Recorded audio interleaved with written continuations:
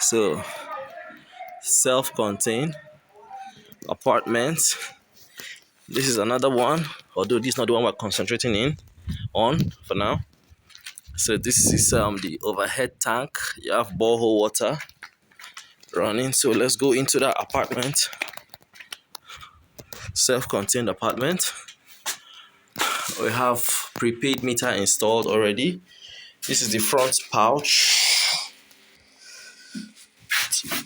We have good security door here.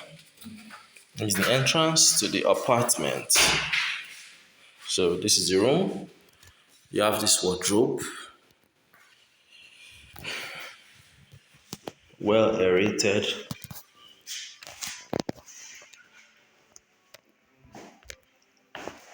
So POP. Every house has its prepaid meter. This is the kitchen. We have upper and lower cabinets. Can use the space for something else.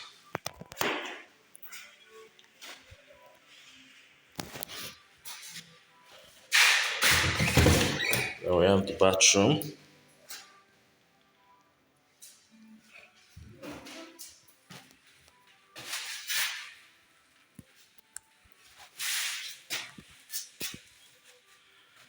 Water heater. 3-in-1 shower. Toilet. So this is it.